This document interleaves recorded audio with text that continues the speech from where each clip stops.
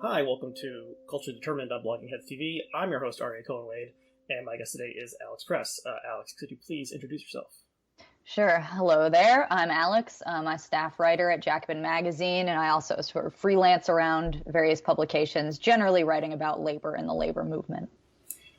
So thanks for coming on. So that's going to be the main topic today, labor issues, and there's certainly a lot to talk about, but the first thing is just a kind of somewhat surreal item that you pulled out and tweeted today, which was from an AmaZen press release about all the great things they're doing to make their workers' lives better, and one of them is called AmaZen.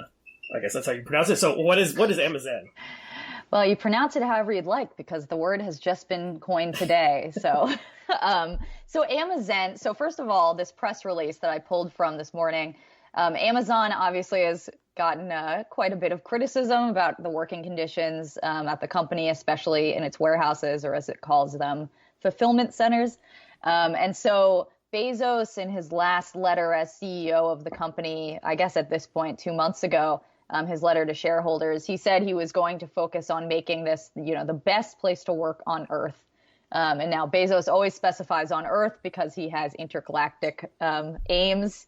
He wants to build societies outside of this planet. So it makes him sound like an alien a lot of the time, which I find very funny. But so as far as Earth goes, he wants to make Amazon the number one employer. And so he said, that this was in part a response to the union campaign in Bessemer, Alabama. That is still ongoing, but at the time had just wrapped up the first vote at the National Labor Relations Board. AmaZen had, won a resounding number of votes. Overwhelming majority of the people who voted at that warehouse voted against the union, at least, with many caveats that we'll go into, I'm sure. And so Bezos said, am I happy about the result? No, because it shows that there are workers who are discontented. So he's going to do what he can. And so, this got, as expected, a lot of applause from the business press, who, always seem to fall for this hook, line and sinker. And so I was waiting to see what AmaZen would do. And today was, their big press release about what the actions they're taking to improve things at the workplace, none of which seem to involve working less. Which one would think, with all of the criticism about AmaZen's quotas and productivity guidelines, that would be the thing that would reduce injuries and make the work better. Instead, no, we get many programs like AmaZen, which I have pulled up the press release here, and the section on AmaZen reads as follows. Guides employees through mindfulness practices in individual interactive kiosks at buildings. During shifts, employees can visit AmaZen stations and watch short videos featuring easy-to-follow well-being activities, including guided meditations, positive affirmations, calming scenes with sounds, and more. Employees like Katie Miller from an AmaZen fulfillment center in Etna, Ohio, say the pilot program has been helpful. She shared, self-care is important, and AmaZen gives me an opportunity to take time for myself to just pause and regroup, which helps me better at work. When I take that time, I come back to work more focused, and it has a lasting effect on the rest of my day. This reads like one of my friends would have made it up and posted it on the internet, but this really is coming from AmaZen's press release bank on its website. Yeah, well, okay. It's funny, your point about on Earth versus other possible places is very funny, and yeah, I mean, maybe, there's currently no law about labor relations on Mars. So maybe this is part of, Bezos's ultimate goal. But yeah, AmaZen, it's a great name. I'll say that much. But it's pretty dystopian. And it's almost like something out of,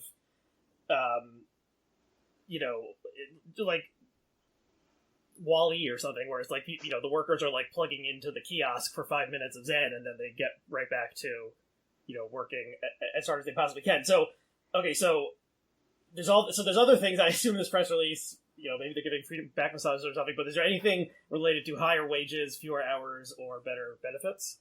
No.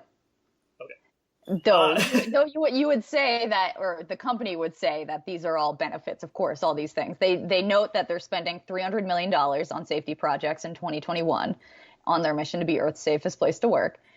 Which, is a minuscule amount of the profits that this company has gotten over the last year. I mean, AmaZen has just ballooned during the pandemic. And so while $300 million certainly can sound to a regular person like us like a lot of money, this is like a penny for us. It's nothing. And again, that's because Amazon's entire model is predicated on exploitation. So they are not going to actually, change that model and do what would be required to make these safer places to work. They're going to tinker around the edges and, throw the equivalent of some pocket change at the problem. So Amazon, was a big part of last year of the COVID-19 pandemic, which, of course, is still continuing. And you could say Amazon was a big winner of the pandemic because if people didn't want to go to the store to buy stuff, they switched to Amazon. So they hired tons more people. I assume the profits went up a lot. Just like it probably things would have played out differently if Amazon, magically ceased to exist before the pandemic, and there wasn't a website to replace it. Like, it would have been harder to, tell people stay at home all the time if they can't get products sent to them conveniently in the mail. So, do you think? But then there was a lot of reporting, some that you did, about mistreatment of workers over the past year, as more and more people were ordering things from Amazon, and complaints about not getting the right safety equipment and just the standard things about the number of hours worked and how repetitive stress injuries to the warehouse workers or fulfillment center workers, and you mentioned this this big union vote that happened in Bessemer, Mississippi, or Alabama?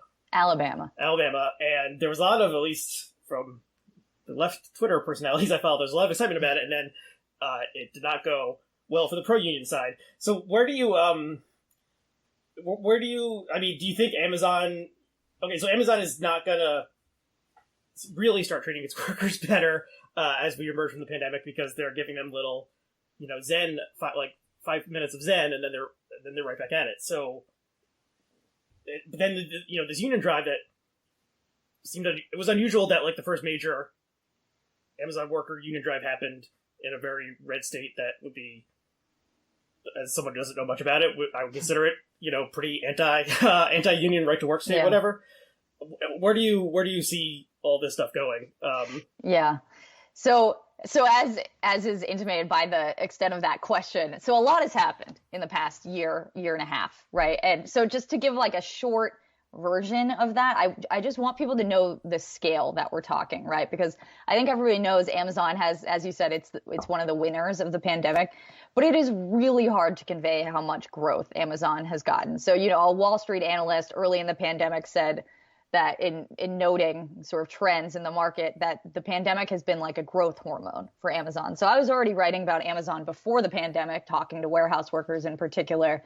And it was already one of the largest employers, one of the biggest companies in the world, most powerful, but it has just transformed. So there's almost no precedent for the amount of hiring. The New York Times tried to find a precedent and looked at sort of, factories that built aircraft carriers during World War II as maybe that level of hiring might be the precedent.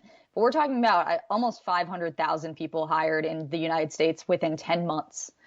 During the first 10 months of the pandemic. So just crazy growth. And so then on the sort of flip side is that workers were sort of, Amazon was moving so fast, right? And is so careless in the first place about workers' safety that workers were really suffering, especially in the warehouses. So there was a lot of organizing because there wasn't adequate personal protective equipment. There were outbreaks in the facilities and workers were not being informed. I personally spoke to workers who were, would cry while speaking to me because they were terrified. They knew there were outbreaks and the company was refusing to tell them how big these were, was refusing to pay them to stay home. You could only get any kind of payment to stay home if you'd already tested positive for COVID. And even then that was hard to sort of prove because if you remember, it was hard in the early months of the pandemic to even get tests. Mm-hmm. Especially if you're, say, a low-wage worker who can't even get time off work in the first place. And there were surveys being self-administered by Amazon workers showing the extent to which there was not enough equipment in the facilities, the extent to which they were Amazon was saying that they were socially distanced, and they completely were not reporting that at all. Anyway, so on and so forth. This fueled a lot of organizing, right? And one result of that was the Bessemer campaign, which was very unusual in that, I think a lot of Amazon warehouse workers have really complained about unions' reticence to start organizing campaigns at these facilities. And the labor movement, for its part, has long sort of said implicitly that they just aren't strong enough to take on Amazon, right? That these campaigns won't win. And so they don't want to take them on. So this was really notable that an established union was finally willing to try this, to be serious about it, not to even just start an organizing campaign, but to actually file an election and go forward with it. And so in that sense, I think it was a very good thing, even though it has sort of lost, at least so far. It certainly didn't get the result that the NLRB people wanted.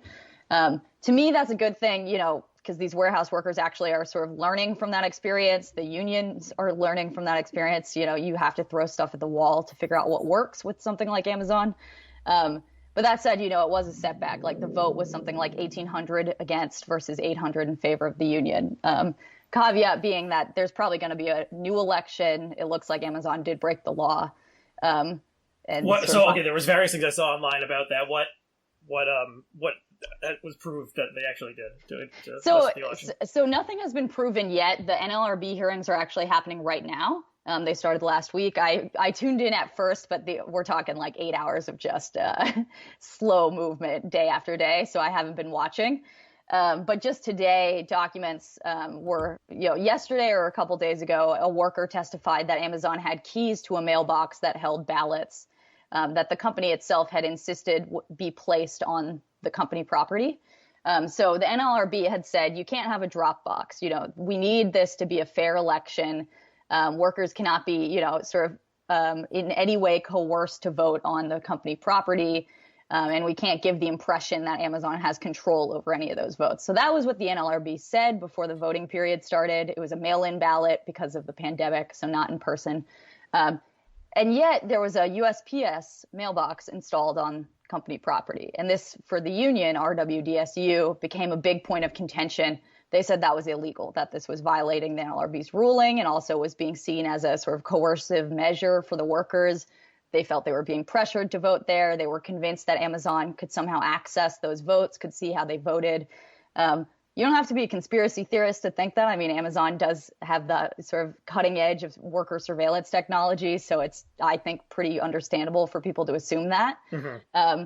But that said, there was nothing proven. So after the vote was counted, the union involved, the RWDSU, filed objections with the NLRB. So they said that they felt Amazon had violated the law. They listed the ways, and the NLRB found that to be compelling. And so they scheduled these hearings that are now going on. And so a worker the other day said that they had seen Amazon security guards have keys to the mailbox, access the mailbox, which of course would be a violation. There's all these rituals about neither side being able to access these ballots. It's usually very carefully guarded. So if that was the case, that would obviously be a violation. And then today at the ruling, emails were entered that showed that actually some of the top Amazon executives had ordered that mailbox be installed, had really said this was a key objective of the company. So that certainly doesn't look good. I sort of joke that it's amateur hour for Dave Clark, who is sort of the number 2 at Amazon right now, or number 3. He was linked to these emails saying, this is a company priority that we install this mailbox. So it raises a lot of interesting questions. Amazon's power over USPS is a question. Amazon violating workers' rights. This is probably the biggest customer for USPS, right? Yes. Yeah. So anyway, that's all speculative, but the fact that it's even gotten to this point where those emails are being entered, they're seen as credible, like it is not, I think it's fair to say that something was going on there. And so the odds that this might end in a rerun of the election, I think, are pretty high right now. Okay, but there's probably, since the ballot count that was counted was pretty lopsided. Yeah, it seems like even if there was 100% fair, provably fair election, Amazon would probably still win, or maybe. Yeah, not. I mean that's the thing is that this is sort of a bigger conversation to be. I think that workers should have the right to run an election, and if there was violations going on, they should be able to rerun it. Whether they could win that election is a different question, right? So I think one big lesson for a lot of people who don't follow sort of labor politics that closely, but did with this union vote in Bessemer, I think one lesson was just how unfair this process is, right? So what I think is, and I think a lot of people in the labor movement agree, is if workers had the right to choose with no coercion, no fear of retaliation, the workers in Bessemer would choose every single day a union. But that is not the world we exist in. So these workers were subject to months of fear, of confusion, of exhaustion. They held captive audience meetings where they had to listen to their managers, spend hours telling them why they shouldn't vote for a union. And imagine, this is a company that's famous for tracking every second of a worker's productivity. And all of a sudden, they're finding hours of their shift to sit in meetings and listen to management. How insulting is that, right? You're like, wait a minute. So you could find time for us to use the bathrooms. Yeah, maybe they offered the people a bathroom break, and on the way out, right. They said you have to come listen to this. Yeah, so I won't go. So all of which is just to say that there's been an incredible anti-union campaign run. Some lawyers are estimating Amazon has spent millions of dollars, busting this union. So I don't know how, a new election will go. But I do think the takeaway should really be that that is how it works in the United States. And people who didn't know that should know that workers effectively do not have the right to collective bargaining, the right to assembly, the right to free speech. I think people should not proceed forward as if those rights exist for workers on the shop floor. They do not. And so I think that is a key thing we should sort of take from how this has gone so far. Mm-hmm. Do you think that it was a strategic miscalculation to pour all these resources into an area that may not have been ripe for a unionization push to begin with, and maybe they should have tried, somewhere in the Midwest that has more of a union history?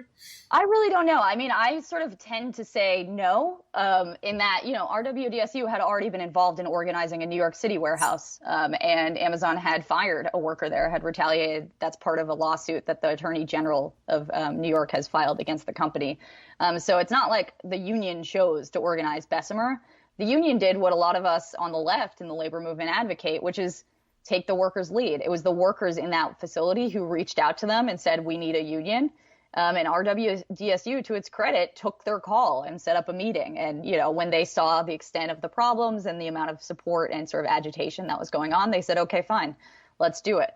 And so I certainly do not want to be someone who says unions should not take risks and should actually ignore workers' calls when they're in distress. So my view on this is that you learn and you move forward. The struggle is still continuing. The workers in that warehouse are still pro-union, that were pro-union before the vote. Workers in other warehouses are still organizing. I hear from them all the time. It's happening anyway, and they're taking a look at what happened in Bessemer, and they're moving forward. Mm-hmm. So that's my perspective on it, is that people are learning from it, and, don't try the exact same thing again necessarily, but, at least someone has tried it at this point. How do you think, so clearly if, the number 2 and number 3 people at Amazon are emailing about how this should be, this little dinky place no one had heard before, how the union drive should be countered, then the honchos at Amazon think it's very much not in their interest to have a union. How, obviously you are a labor reporter at Socialist Magazine, so you think unions are good, but how would, what could the union change if, a Amazon warehouse was unionized? What are actual improvements that could happen, or what are things that the, Amazon propaganda says could happen that wouldn't happen, or maybe even could happen? Who knows? I'm sure it would cut into their profit. It would cut into Amazon's profits in some ways, and Amazon, capital doesn't want its profits. Yeah, profits obviously are part of the equation, and it's a big part. But I think there's something that overlaps but is separate than profits, which is about power. Right now, Amazon has dictatorial power over its workforce, right? It does not have to obey anything it doesn't want to do. It can let workers go as it sees fit. It chose to raise the wage to $15 an hour, right? So it's up to Amazon what it does. It has to obey basic federal law. It can't pay under $7.25, for example, but it's pretty much free to do as it pleases inside the shop. A union is the term we use to describe workers organizing together, right? So if they grant recognition to workers having the right to sit at a table and make demands, that is a huge deal for Amazon because, again, its business model is about total control over workforces, right? Setting the terms of their employment, deciding whether they're employees or not, deciding what rights they do and do not have. And so this is, I mean, companies see this as an existential threat. It's not just Amazon. Amazon just happens to have the most resources. So we sort of see it operating right now in the midst of all of this change and growth. But so things that concretely, a union could do on the shop floor, there are things that range from just cause. So workers can't just be let go for any reason at all. They could mandate things around policies around sick pay, sick leave. Workers at Bessemer in particular complained about, for example, if their kid's sick and they have to take off work, they can be fired for that, right? So the union, you would imagine this happens in a lot of contracts, is it advocates around like workers have the right to, care for sick loved ones, and we have X number of sick days, right? Workers, there are all sorts of things like that. If there are problems, famously at Amazon around restroom use, you could imagine a contract would actually have some sort of say around not just paid breaks at the level of like what's legally required for a company, but also sort of additional understanding of, how much time it takes to get to the bathroom in these giant facilities, things like that, right? So, I mean, unions can bargain around all sorts of issues, down to things like healthcare or even, parking, really sort of minor things, but that establish a sense of like making this job a livable job for people. So all of that are sort of concrete things. But I think also what sometimes gets underrated, I think, by a lot of people is a sense of actual dignity that comes with a union. Being able to sit down across from your boss and know that he has to take seriously your demands and come to an agreement, that actually is a big driver of union campaigns and also sort of priorities in union contracts. And certainly Amazon workers say this all the time, that they just feel that they're treated like subhuman. Either they're robots or they feel words like disrespect come up a lot. And I think some people like to try to be very objective analysts or whatever and say, well, they would get X amount per hour, but you really underrate what it means to be sort of taken seriously and know that your boss can't just treat you like, trash. And so that motivates these campaigns as well, especially with Amazon. Yeah. So, you can't really quantify dignity or respect. Those are right outside the, economic realm or something. I'm thinking of the writer, Chris Arnott. He produced this book titled Dignity. He was interviewing people all across the country kind of on the edges of society. And yeah, that seemed to be, part of what people want beyond just the material improvement in material conditions, which anyone would want. Okay, so Bezos is out or on his way out, technically. Well, are things going to change, or is it all fake to begin with, or?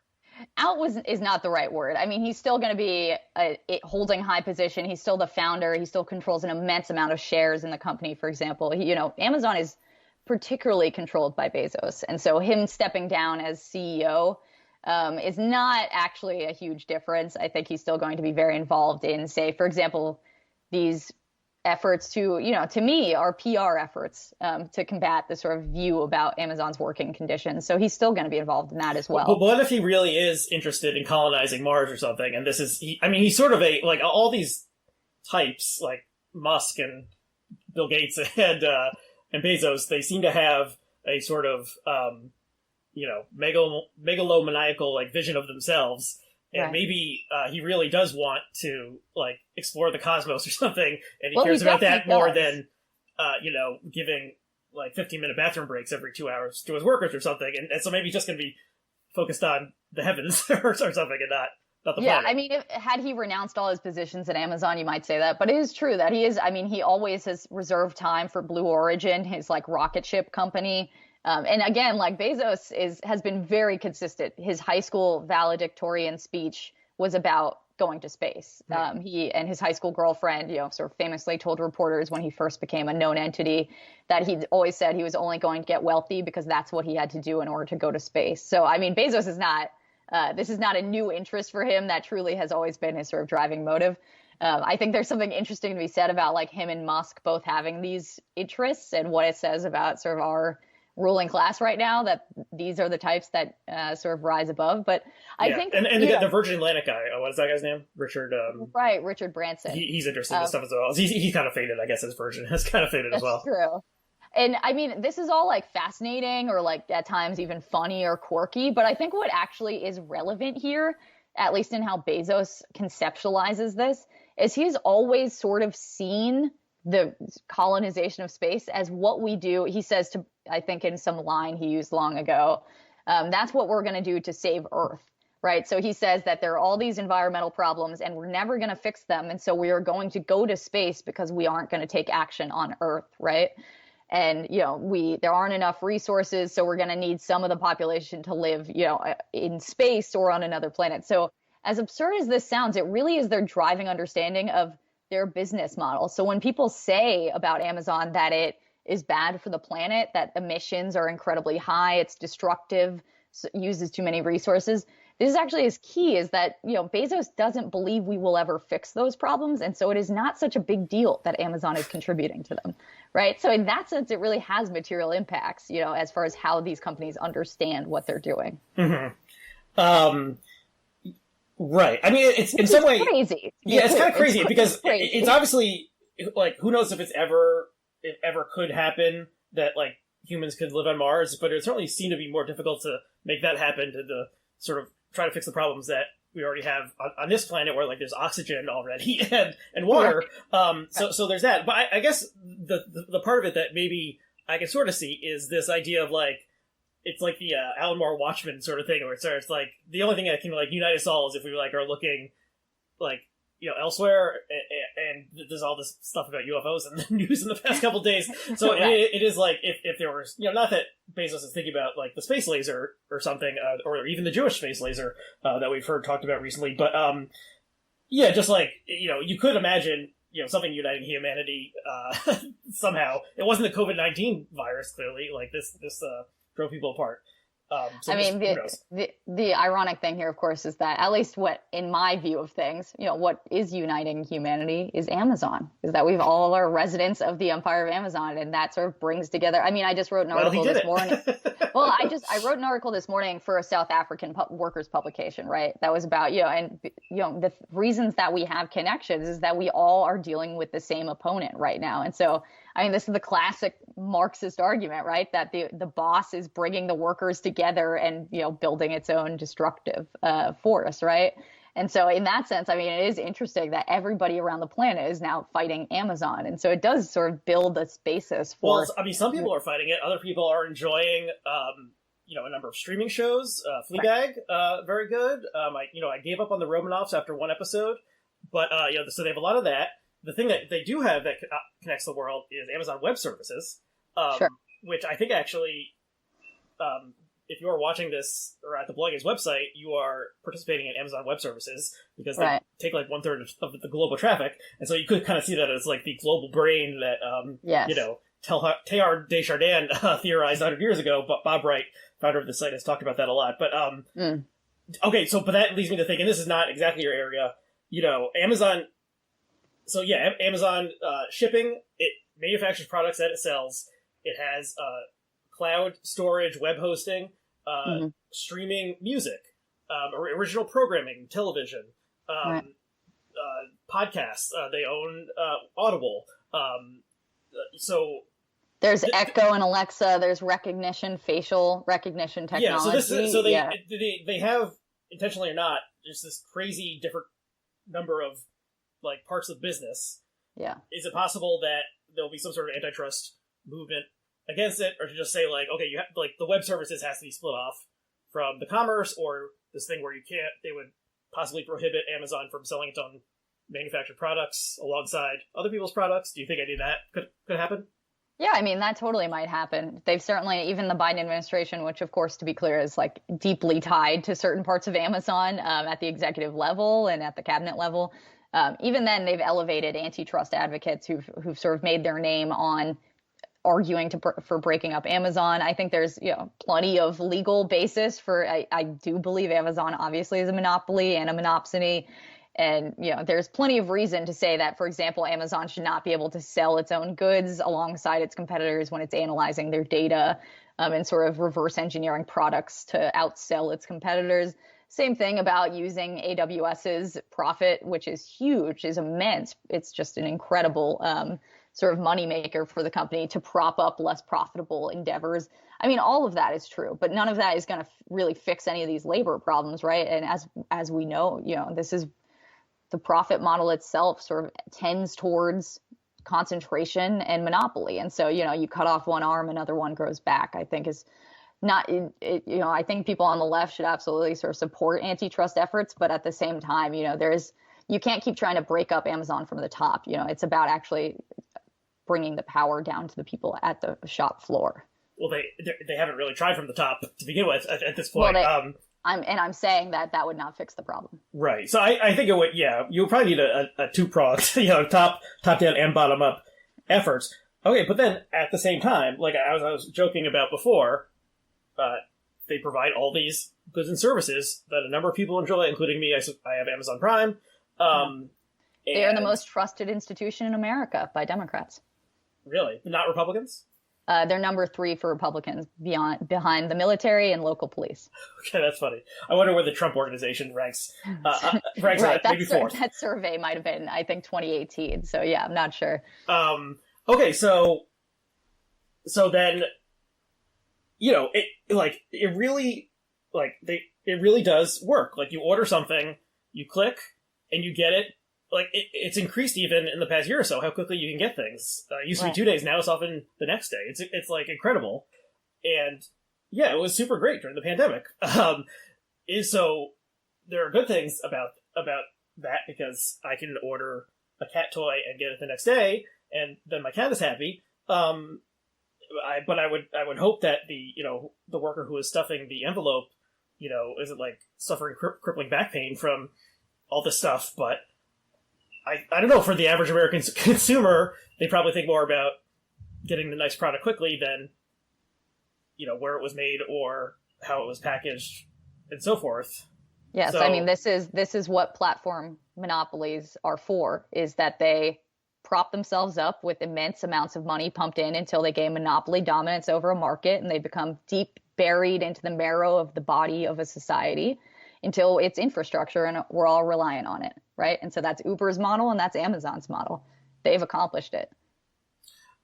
Right, but Uber basically just supplanted the taxi business, and you could have imagined a different outcome where the taxi companies banded together and made something that increased the convenience level in the way that Uber does. But Amazon really, you used to have to go to a store if you wanted to make a purchase. I guess there's the Sears and Roebuck or something for back in the day, but that would take a long time to get to you. So they really did.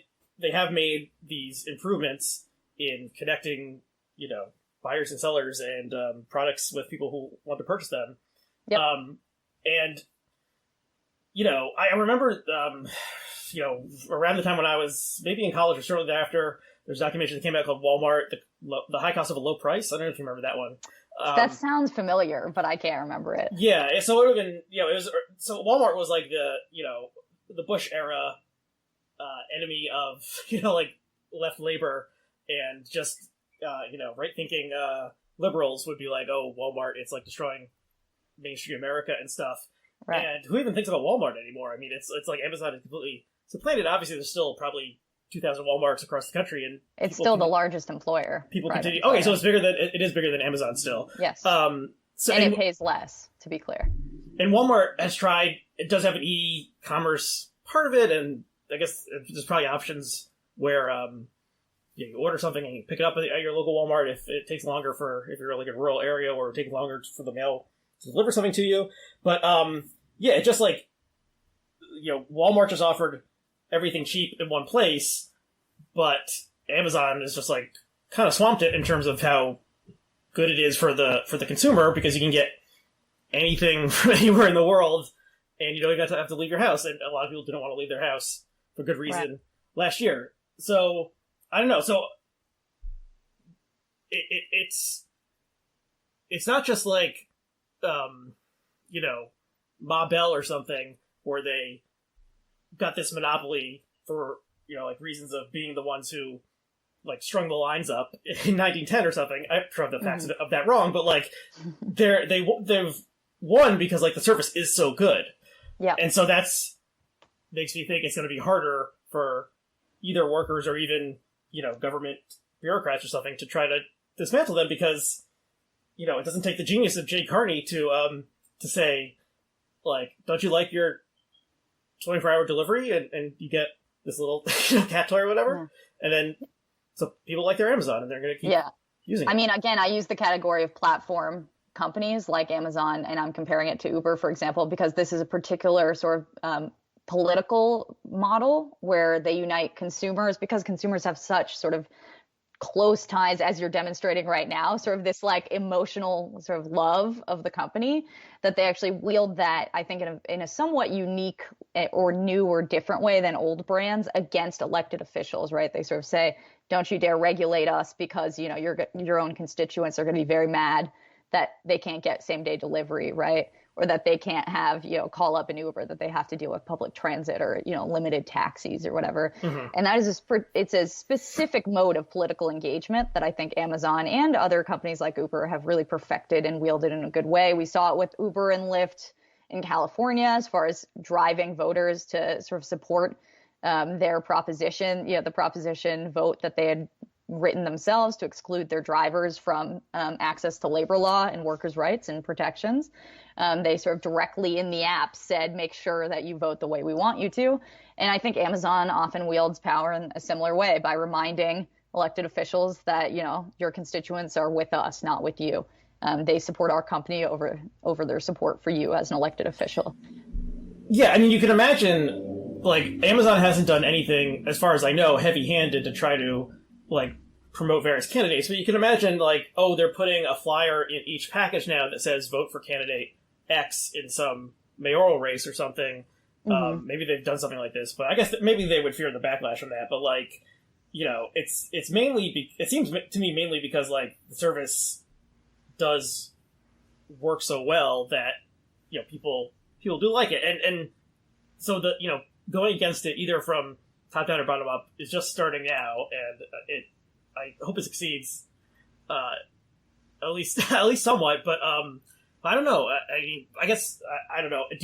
But part of asking about Bezos stepping back is like, is Amazon just sort of like the natural endpoint of like consumer capitalism or something, and that even if we appointed Bernie Sanders CEO, or it would just like the force, the internal mechanics of it, and the forces of market economics would continue to push in the way it does, or do you think like is there like a good version of Amazon that could exist?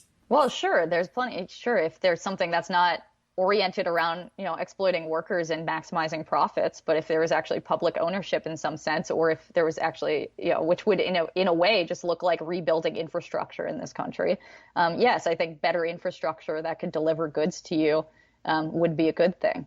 I don't think that's what Amazon is, but I think it's, we could have the same function done by something that wasn't a capitalist entity, and that would be fine.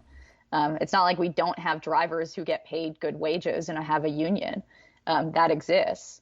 It's just about, whether we're talking about public ownership or private profit-oriented things. I don't think it makes any sense to talk about like, can we appoint, what would it look like if Sanders ran Amazon? I mean, I would rather talk about actually how to fix problems, not sort of like imagine something like that. But public ownership of Amazon or an Amazon-like entity is also seems very much outside the realm of American possibility right now. Right now, for sure. Okay, but it's a long game. And in the labor movement, there's one other thing I want to ask about Amazon. So you did like a short piece on Jay Carney, mentioned him. So he is like sort of the head of communications, but also policy, has a policy role at Amazon. And he previously was in the Obama administration. And before that was a journalist. And so he was at Time Magazine. And then he was Biden's spokesperson or communications head. Comms director. Okay. When Biden was vice president. And then he became White House press secretary. And then he left, is now at Amazon. And I mean, I don't know. He seems sort of like, so obviously he's a Democrat and he's friends with Joe Biden.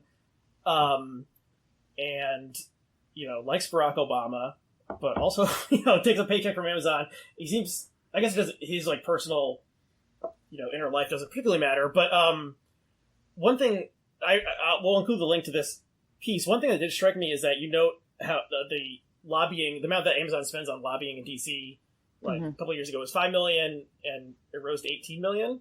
And I thought, wow, that is almost nothing when you think about how much money Amazon makes. They probably make that in like 3 minutes or even less. And so that's a total drop in the bucket to them. And if they, so they have all this, they could ramp up their lobbying by like 10 times, and then I don't know if they'd be 10 times as effective, but it would do something more. And so like they haven't fully, like just in terms of cash, it doesn't take that much. And there's also, like, as I was saying earlier, there's a sort of, sense that like, oh, what's good for Amazon is good for America or something. And so, but again, it's this sense that politicians have to operate with sort of this understanding of that they need to act in Amazon's interests, right? Amazon doesn't actually have to pay that much money to get politicians to think that way. Right. And I think, Amazon is just a great example of what state capture at every level of the state looks like. So down from like county executive boards that are deciding, how many tax breaks to give an Amazon data center or Amazon warehouse, that operates, in these sort of grim, nondescript boardrooms in the county building where, one person just sort of says, here's what Amazon wants, here's what we should give them, and everyone unanimously votes. It takes 20 minutes to grant Amazon, say, $200 million in tax breaks to build a location or something, all the way up to, of course, like the executive level and what a Biden or someone around Biden would think. And so, a lot of times, I mean, the way capital works is that politicians are terrified of blocking jobs and blocking, access to better goods for their constituents. And so just knowing that an Amazon facility might offer jobs for a place that doesn't have them operates, without Amazon having to spend a penny to make sure that politicians are going to sort of pass subsidies or bills or whatever in their favor, right? So Amazon, even though it is spending now more in DC than any other big tech company, that's still a drop in the bucket, totally. Yeah.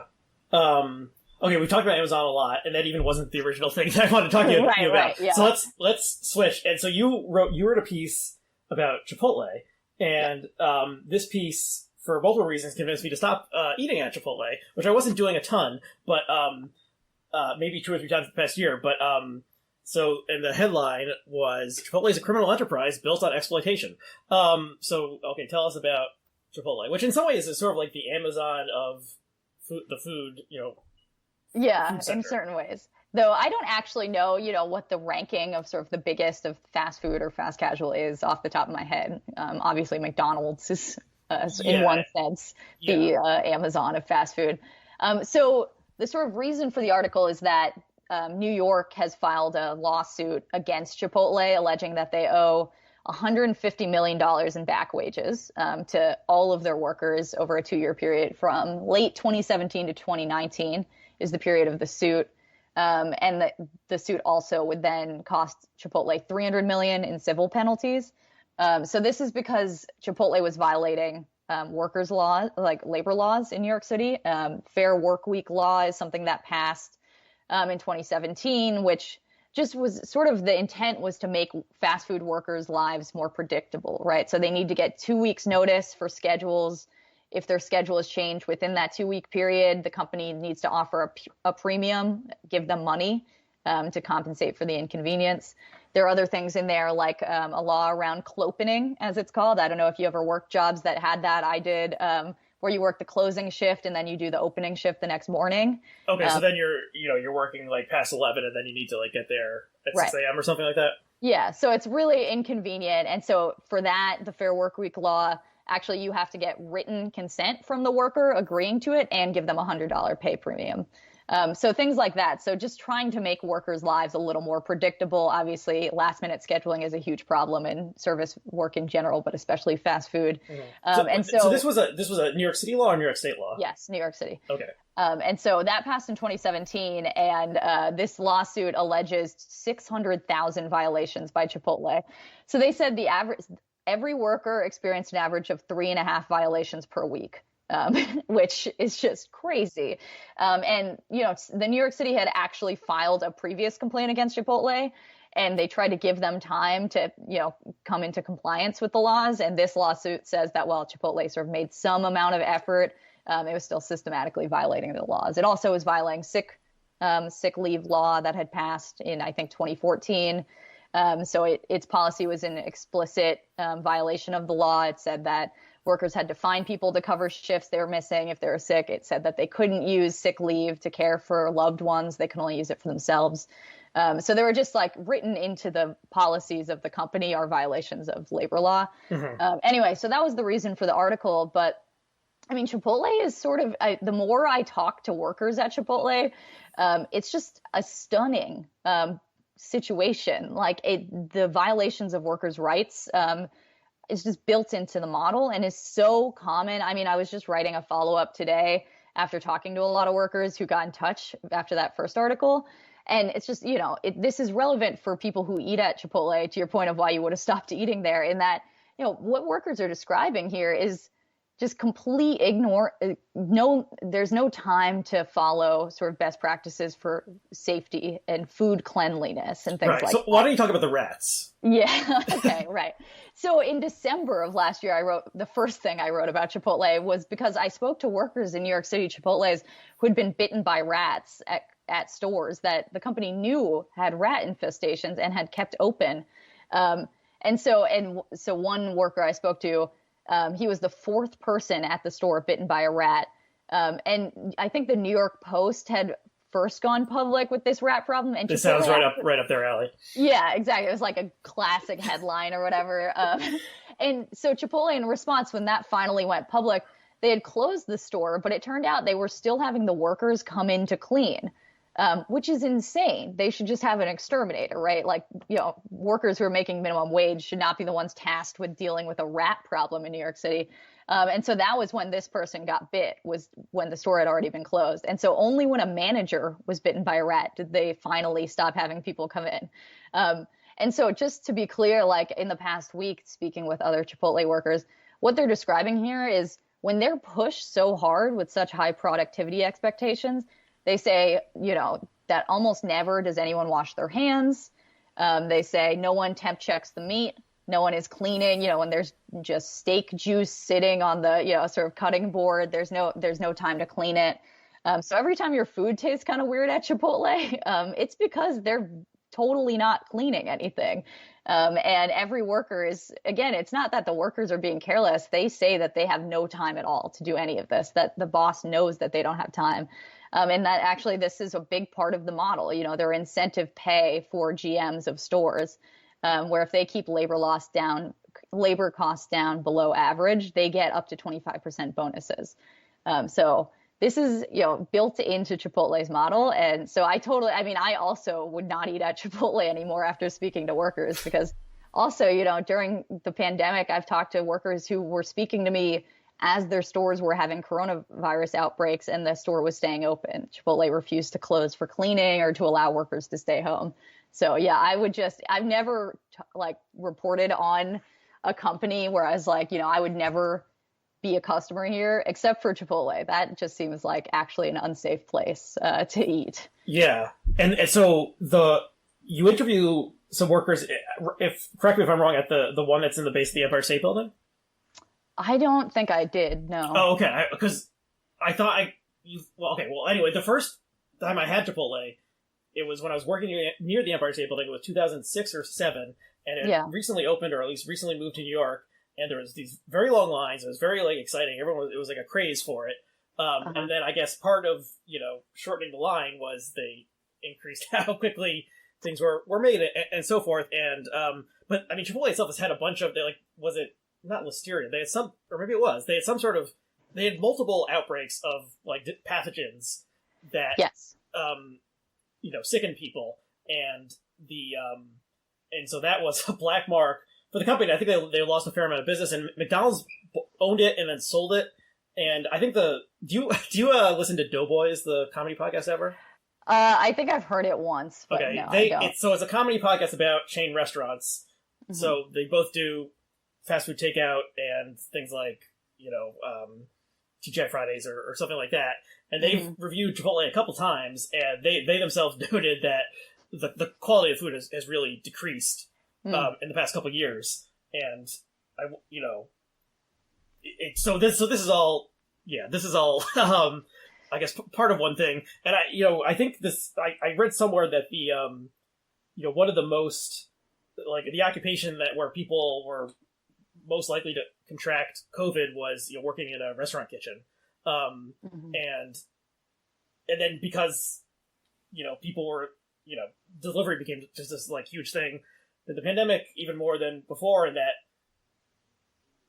maybe benefits somewhere like Chipotle versus a standard restaurant that didn't have the setup to quickly churn things out like that. But yeah, it seems pretty bad. Yeah, and to be clear, Chipotle had hepatitis outbreaks, E. coli, and norovirus in the past 10 years. This is happening all the time. And the people, including people who work in sort of in the consultant restaurant support arm, so the sort of higher up or white collar Chipotle workers, they also, the ones that have spoken to me, are this, they see it as a food safety issue. So when workers' rights are being systematically violated, you can expect that there will be more outbreaks going forward. Totally. Right. So in this specific instance with these 600,000 possible violations, how do you think they were just well, they'll never catch us, or they just didn't, what about Qdoba? How are they doing in terms of this? How did one place manage to screw it up? I really couldn't tell you why. I mean, I don't know. I haven't yet had the time, and unfortunately, there aren't a ton of people reporting about how fast food workers' lives are in New York following these laws. So I don't know if McDonald's is also, for example, systematically violating this. And Chipotle is just a loose cannon or something, and just decided that they would just get away with it. But I think it's clear that Chipotle just did not expect to ever have these complaints followed up on. I mean, there are plenty of reasons to not expect serious enforcement of laws that only protect the lowest paid workers in a city. I think part of it, and we haven't mentioned it yet, but I mean, part of the reason that this is being enforced and that this lawsuit is going forward is SEIU 32BJ, which is the union that organizes Chipotle workers in New York City. They don't have a formal union, but they work with SEIU, and that local has 175,000 members. And so it's a pretty powerful institution, and they were key in, holding rallies, helping workers organize walkouts and one-day strikes, and also getting their violations, on the record with the city, so that it had, these lawsuits. It takes people coordinating and documenting all of this, right, for it to ever happen. And so SEIU 32BJ, I think, also is part of the reason that Chipotle is being slapped with this, is that they are sort of rooted in some of the workforce at Chipotle. Mm-hmm.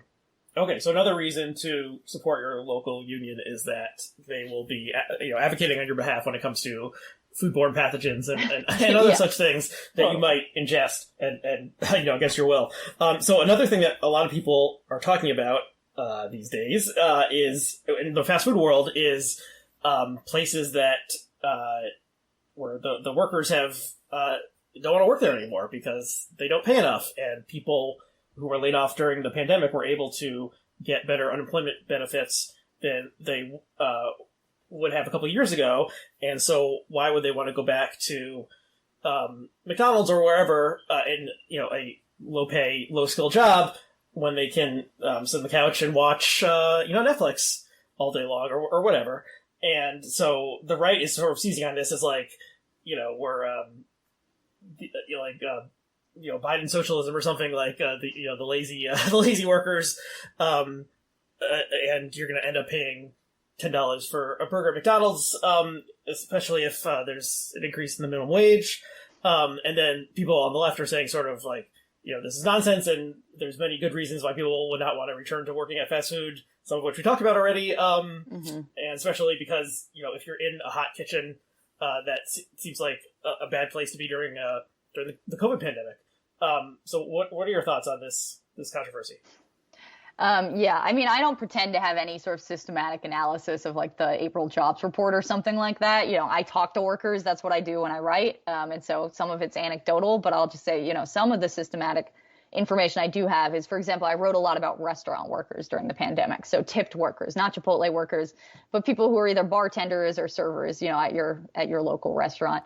And so when they were surveyed about the pandemic, I pulled up the numbers, and ones that responded to this one survey done by sort of a workers center, a restaurant organization, 83% said their tips were down. 66% said their tips were down by more than half. 41% say sexual harassment is up. 25% say it is up significantly. And then there's, of course, the risk of getting COVID. About half of them say one of their coworkers or more had gotten COVID already. This survey was done a few months ago at this point, maybe even 6 months ago. So yeah, I think there are very obvious reasons that you would not want to be working at a low-wage service job. It sucks even more than it did, and it already really sucked. And so I think that's totally a part of the story. I mean, Chipotle, for example, of course, also has seen Chipotle has been, I can't possibly pretend to know whether it's actually seeing more of this than other fast food chains, but sort of like viral photos of entire stores being closed because workers walked off the job. You go on the Chipotle Reddit, and it's just story after story of workers quitting and telling each other how it went. There's like a handwritten sign posted on the front door saying like all the workers quit or something like this. Right. And on the Reddit, it's like every, a few times a day, there's a worker saying, hey, congratulate me. It's my last day. I finally did it. I quit. I hate this job. And so there is definitely some truth to the fact that workers are just not putting up with these things anymore, that they feel, of course, when workers aren't going to starve to death for leaving their job, they're more likely to leave it, right? This is a big argument for why, for example, we want universal health care. You don't want workers to feel that they can't leave a job because they're not going to have health care. So you want that to not be tied to employment. It's the same thing with higher wages or, having enhanced unemployment benefits, is that like it does make it easier for workers who are being subjected to, say, systematic sexual harassment or, whatever's going on at places like Chipotle. It's good for them to be able to leave. That said, what employers are doing in response, there's been this wave of a few big companies have started offering raises, and they do it with much fanfare and very slick press releases. But the details of what's being offered are, it's very small. We're talking about like minuscule raises. Tyson Foods is sort of the most cynical I've seen of this, where they said they blamed explicitly. I forget how they phrased it. They said government benefits are too generous, and this unemployment is making it too hard for us to retain workers. Tyson, again, was one of the worst companies during the pandemic as far as workers contracting COVID. They also rely on a huge percent of their workforce is undocumented. So the idea that their workers are living large on unemployment or something is just completely ridiculous. And so they say in this announcement about giving raises that, it's because of the government largesse that they need to do this. So they also know maybe health concerns are relevant, as if that's not a big part of it. It clearly is a big part of it for a lot of workers at a poultry processing plant. But even there, Tyson, in their press release, did not say how much of a raise they're giving, which if a company won't even give a number, you have to assume it's just a tiny raise. McDonald's, same thing. They announced with much fanfare that they're giving raises. The fine print was only at corporate-owned locations, which is 5% of McDonald's. It's mostly franchise-owned. 95% franchise-owned. So we're talking about a couple hundred McDonald's across the country, and even there, it was an average increase of 10%. And they said, it'll reach an average of $15 by 2024. So we're talking about like so little. Chipotle, too, they said they're raising wages to be an average of $15 an hour. Again, totally made up, meaningless metric. They said that the starting wage will be 11. So that's the actual minimum that they're raising it to. So employers are not being pushed that hard, right? We're not talking about, wages going up to the point of like crazy inflation. We're talking about like pennies here and there by certain employers.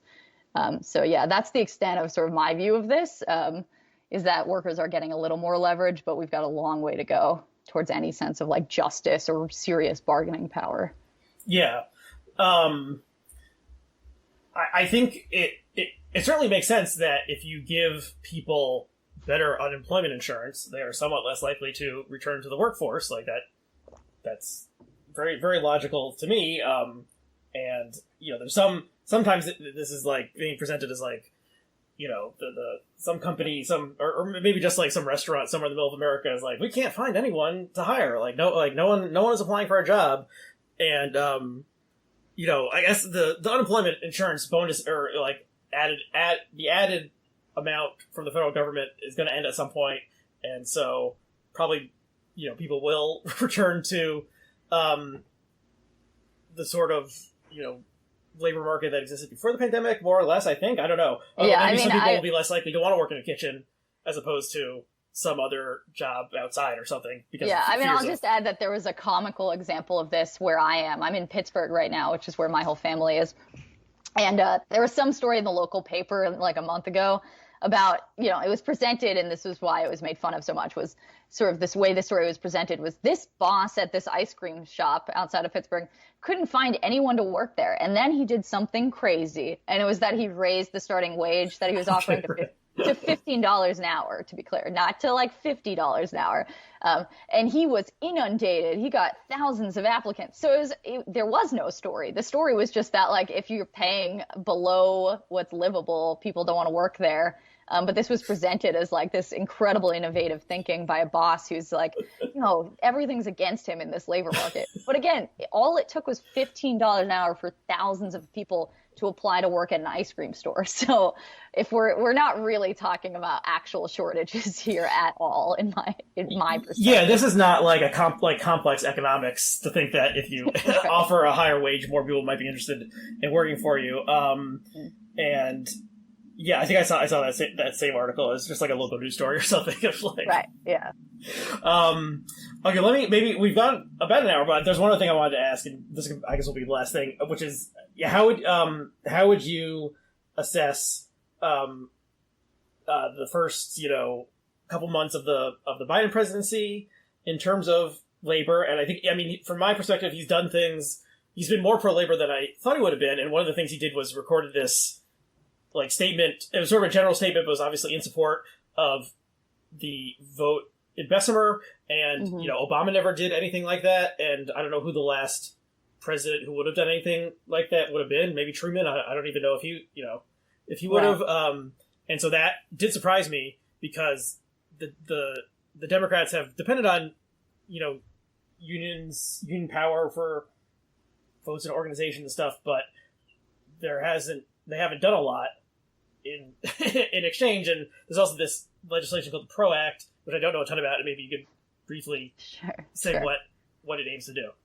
Yeah. So, I think, and I've written this in recent months, that, what we're seeing from Biden is sort of evidence of this broader shift that is happening that I think is pretty well established at this point, which is a shift by liberals, both in elected office and in the business community. We're talking about like a fraction of the capitalist class here, away from ultra austerity and this obsessiveness about deficit spending and so on, in favor of more fiscal expansion, right? So there is this sort of shift that is happening, whether there's lots of debates that I'm certainly not going to wade into right now about, like, is this the end of neoliberalism or something? What is this now? But so I think that is sort of where our understanding of what's going on should start, is that it's not like Biden is sort of moving because he's this fantastic figure or something. It's important. He's part of a moment. And I think the left certainly needs to recognize that there's a shift happening and sort of take advantage of it.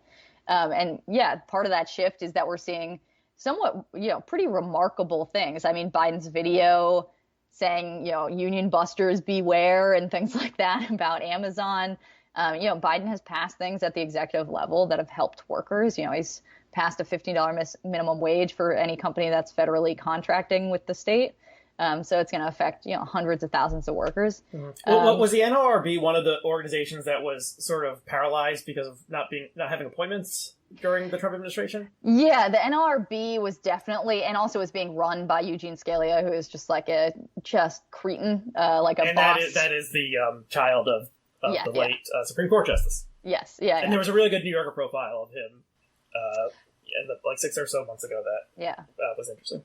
Also, OSHA, I think, is sort of the key one if you're talking about organizations that were paralyzed under the Trump administration, as far as workers' organizations. OSHA has been gutted for a long time, but certainly under Trump basically was non-existent. There was no enforcement, and there were no violations as the pandemic hit, which we're talking about people died. OSHA left people to die There was no state intervention going on to help workers in conditions that were horrible. And that's because the article, this New York article, seemed to say that like this was Scalia's, the younger Scalia's main thing. Yeah, right. And so, but I think also, like, on the flip side, I don't want to sound like I'm being, obnoxious or dogmatic. I mean, in my criticisms of the Biden administration, but, Biden got a ton of sort of celebration from much of the labor movement when he issued this executive order or sort of recommendation early within the first week of his taking office, saying that OSHA needed to come up with new standards for COVID, an emergency workplace standard. Which was something people had been calling for so long, right? During the whole pandemic, they said it's crazy that, employers don't have to do anything to keep their workers safe. And so people applauded. And then the deadline he had given, the Department of Labor, came and went. Nothing happened. And still has not been any emergency standard implemented. And at this point now, of course, the CDC just said you don't actually have to wear masks anymore. So there may ultimately be no new standard, right? And so I think to be clear of like how much protections we're talking coming from the state, there's still like a lot to be we're left wanting, I think. And just to add really in brief, the PRO Act, in my sort of writing about what the Biden moment means for labor, I think obviously my perspective is that labor should take advantage of this access and this sway that it has to actually push for as much as it can. And one thing it is pushing for is the PRO Act, which is this sort of comprehensive labor law reform bill. People get, I think, start like their eyes glaze over when you start talking about labor law. But it's just as to say the AmaZen campaign that we talked about at the beginning of this conversation, the union election in Bessemer, would have looked incredibly different had the PRO Act been in existence. Everything the employer can do to bust unions and to stop unions from getting even to a first contract, the PRO Act kind of addresses in sort of granular detail. It adds teeth to violations, huge penalties, financial for employers and even individual executives for breaking the law. Every part of that union election would have looked different. So it's a very sort of far-reaching bill. It's actually I would just call it a radical bill. It's about as radical as I've ever seen. And it's been moving through Congress right now. It's in the Senate. And, the left has been like pushing to get people on board. No Republicans in the Senate will ever support it, but then it's probably not going to pass. Would be the problem there. So the conversation is about filibuster reform, and so Biden, at this point, has been pushed and has said that it's a priority. He wants it on his desk to sign, and I think that is sort of the key test of the distinctions here between like a radical support for workers' empowerment versus this sort of liberal shift towards less of a sort of deficit concern or austerity. Is that there is no way that business is going to support the PRO Act. The Chamber of Commerce sees it as like an existential threat, right? And so I think that is really the test case of how far we can go. And I think the shift just simply does not include empowering workers and actually redistributing power to them. It can include sort of adding bits and pieces of welfare to working class people. But the PRO Act, I think, is really, something that people should actually pay attention to as far as seeing the limits of this moment, as well as, if it can be pushed, I think that will be very significant. And so much of the left and the labor movement right now is really focused on the PRO Act. And, they've even flipped people like Manchin on this. So there is definitely a push that is happening. And so I think that's something people should figure out, pay attention to, actually understand what it means. And because you see the actual sort of divisions that exist playing out right now around that. Mm-hmm. That's interesting. I missed that Manchin endorsed it. I mean, it makes a kind of sense if you think about his politics, but the filibuster is, if Manchin supports it, but then he opposes changing the filibuster, then that's sort of meaningless, I guess. So that continues to be an impediment for any sort of passing anything in this stupid system we have. Okay, we've gone over an hour, so why don't we end it there? Thank you for Sure. the time, and thank you for your expertise. If people want to follow you in various places, where should they go? What should they do? So I write most of my articles and writing at Jacobin magazine. So you can search my name and find me there. And then to follow my other work, freelancing and whatnot, and also my inane tweets, you can follow me on Twitter at Alex N Press. And yeah, that's it. Yeah, you're a good follow on Twitter. for sure. And and people can follow me. I will not say whether I'm a good follow or not. RACW, and subscribe to this, like it, rate it, review it, whatever you want to do. There's power in the union. I believe that. Thank you, Alex, and thank you to our viewers and listeners, and we'll see you again next time. Yep.